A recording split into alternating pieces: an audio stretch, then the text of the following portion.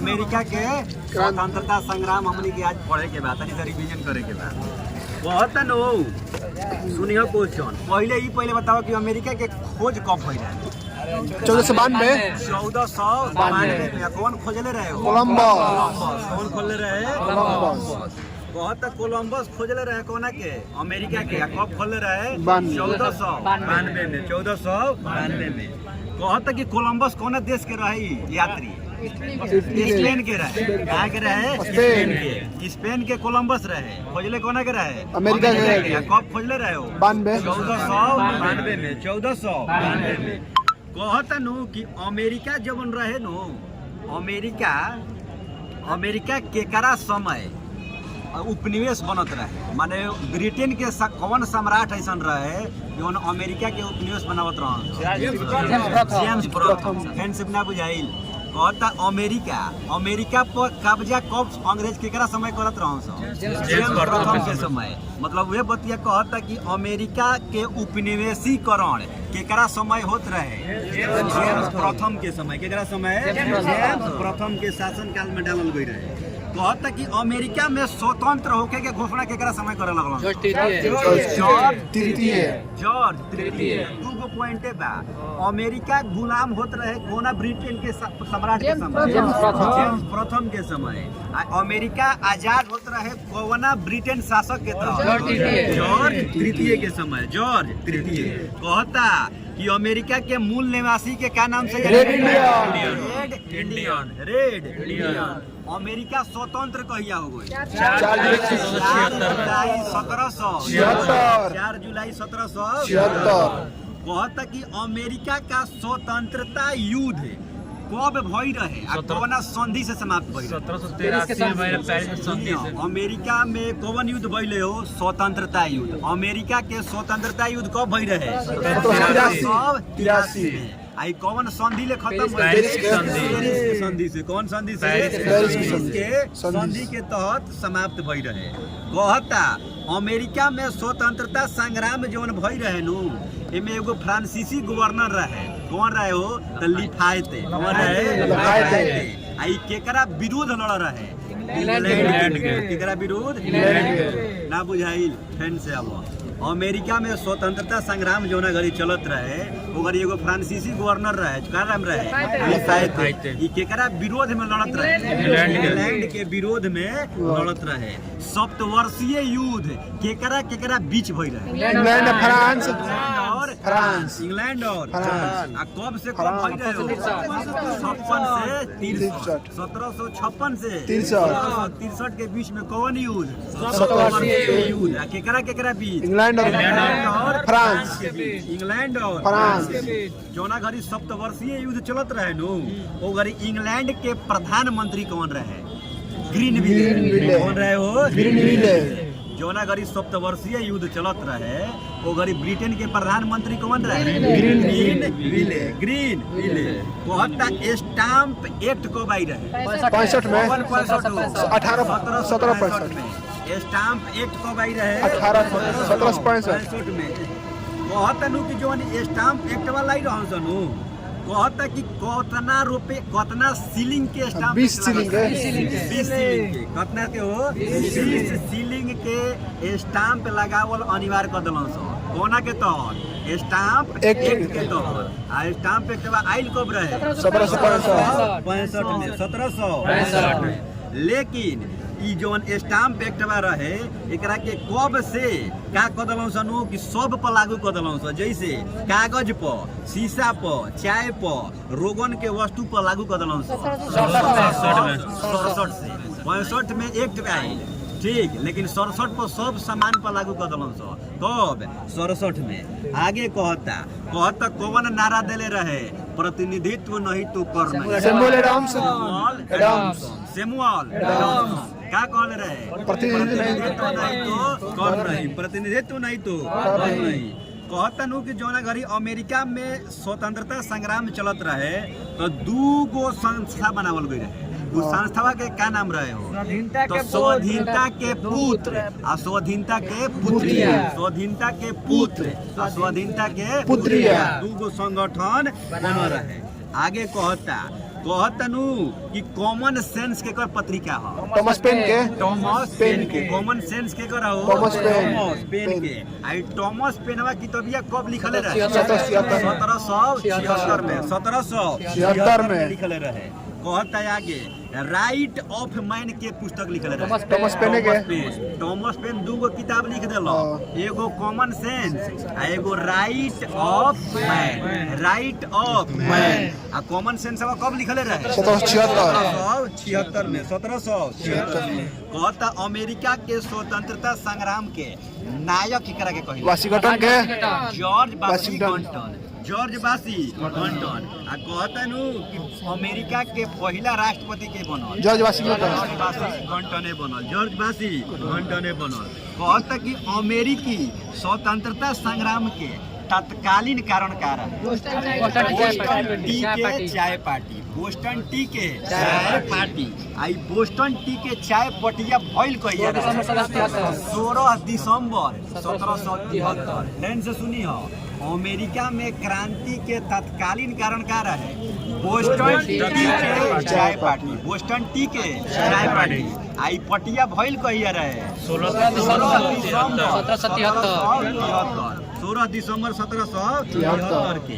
कहता ई घटना के नायक कौन रहे एडम्स रहे। ई जौन घटना भई रहे बोस्टन टी के चाय पार्टी एकर नायक कौन रहे एडम्स रहे आ सैमुअल एडम्स एगो नारा देले रहे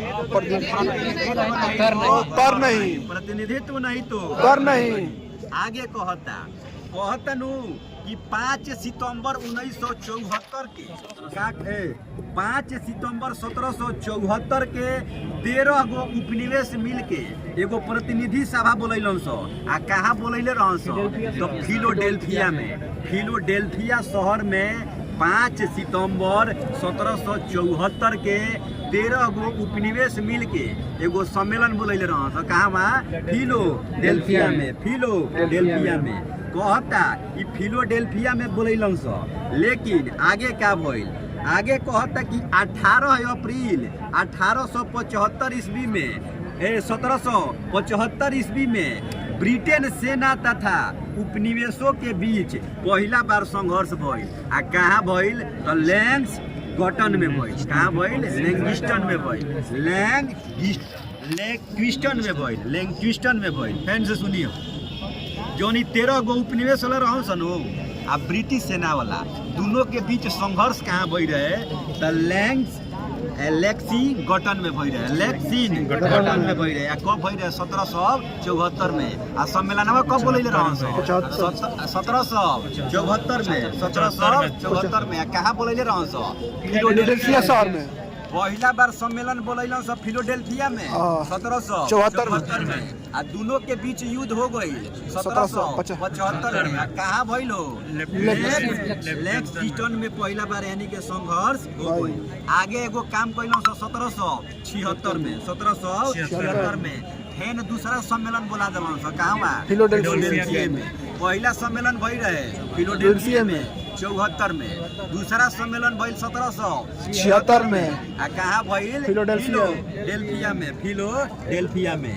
इहे फिलोडेल्फिया में एगो व्यक्ति रहे जोना के नाम रहे थॉमस जेफरसन। ई का कइलक स्वतंत्रता के घोषणा पत्र जारी करलक पहला बार। दूसरा सम्मेलन में कोना में दूसरा महादेशीय सम्मेलन होत रहे कहाँ होत रहे हो फिलोडेल्फिया में। एमे का हो गइल स्वतंत्रता के घोषणा पत्र जारी कर देलक आ कौन जारी कइले रहे थॉमस जेफरसन। कहता कि प्रजातंत्र के स्थापना सबसे पहले कोना देश में भई रहे अमेरिका में। प्रजातंत्र के स्थापना कहाँ भई अमेरिका में। आधुनिक गणतंत्र के जननी कोना देश के कहल जाला अमेरिका के। आधुनिक गणतंत्र के जननी केकरा कहल जाला अमेरिका के। केकरा के हो अमेरिका के। कहता धर्म निरपेक्ष राज्य के स्थापना सबसे पहले कहाँ भई रहे अमेरिका में। धर्म निरपेक्ष के स्थापना कहाँ भई रहे अमेरिका में भई रहे। आगे कहता संसार के सबसे लिखित संविधान कौना देश के हो? अमेरिका के। अमेरिका के। पहला बार कौन देश संविधान लिखले रहे? अमेरिका। आई अमेरिका के संविधानमा लागू कहिया भई रहे? 89 में 1789 में फैन से सुनी हो, अमेरिका आजाद भइल 4 जुलाई 76 के संविधान एकर लागू हो गई 89 में 1789 में एकर संविधान लागू हो गई। कहता शक्ति पृथकीकरण के सिद्धांत कौन देले रहे? मॉन्टेस्क्यू। शक्ति के पृथक्करण के सिद्धांत कौन देले रहे? मॉन्टेस्क्यू। कौन देले रहे? मॉन्टेस्क्यू देले रहे। आगे कहता कार्नवालिस हमनी के गवर्नर जनरल बन के ही रहे एक बेनू। एकरा पहिले 1781 में कहाँ रहे गवर्नर?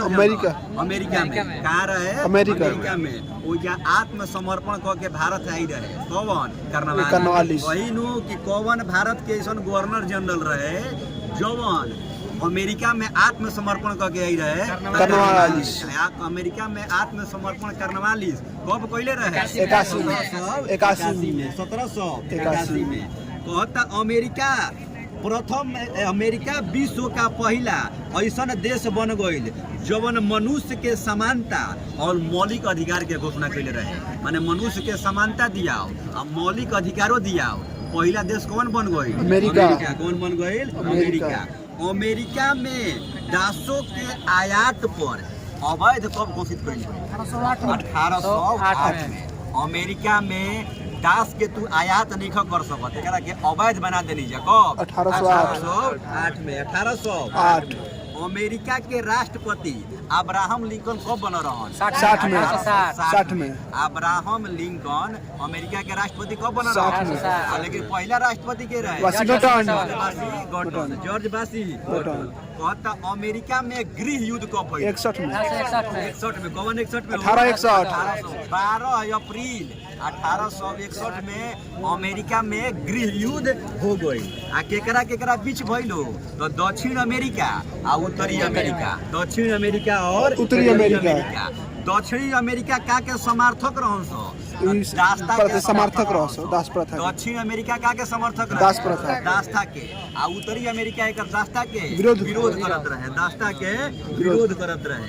कहता आगे गृह युद्ध के शुरुआत कहाँ से भई रहे?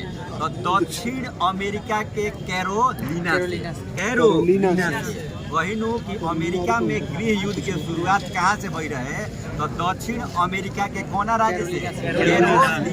कैरोलिना से भई रहे। कहता इसी युद्ध के दौरान का हो गई? तो दास प्रथा के अंत हो गई। दास प्रथा के अंत हो गई।